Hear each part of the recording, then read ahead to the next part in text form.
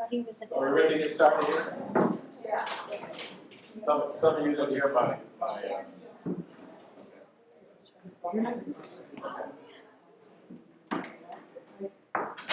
Good afternoon, everyone.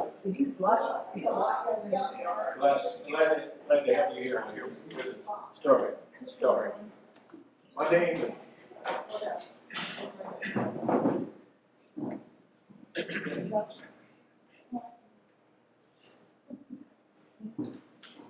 My name is Samuel Henry McCracken. I was born in Rutherford County, Tennessee, in 1842. One of a family of 12 children. And at an early age, I learned the barber trade. And in the fall of 1866, I came to my pleasure. I was first employed by a gentleman by the name of Charles Davis, but soon opened up my own barber shop.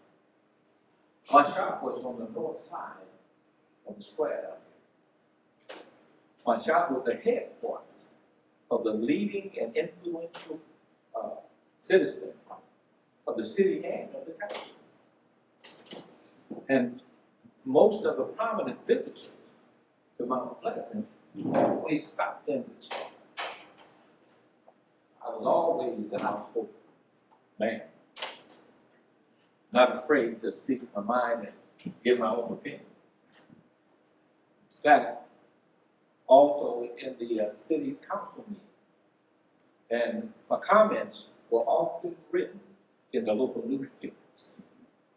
Eventually, I turned my barbershop over to my son, Samuel McCracken. Some of you may remember him. Yes, Sam was a veteran of World War I, and when he got back to the States, he continued his barbering into the 1960s. My wife, her theme, I call her theme. We were married in 1869. Now think, her maiden name was Hedgeman, and she was born in 1850 in Indiana. We had 8 children. Our 8 children were all born here in Mount Pleasant, and went to the local schools. You know, I get full of pride when I think of my children. For instance, our son, Frederick Douglass McCracken, was even written about in the 1941-1944 edition of Who's Who in Color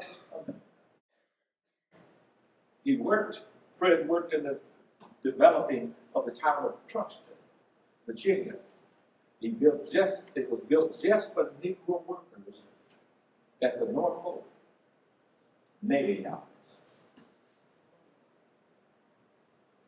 Fred graduated from Mount Pleasant High School in the class of 1898, and eventually moved to Minnesota, where several other children lived.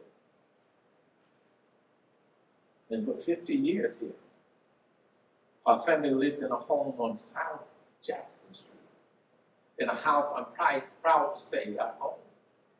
The house is still standing at 209 South Jackson Street. It was a house that Bertina and I invited our friends and our family to celebrate our 50th wedding anniversary in 1990. And that was quite the party.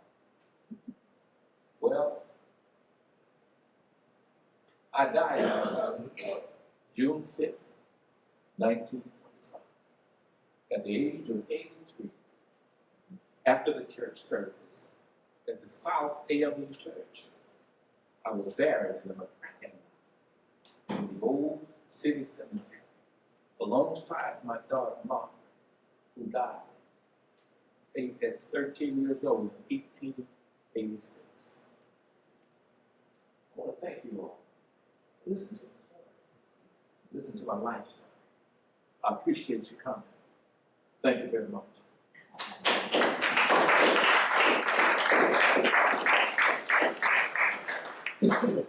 Any Any of you knew the McCrackens?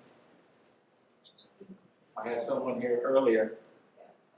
Want to talk about how you do I remember when you had a shop in your house. it? Okay. I was very, very young.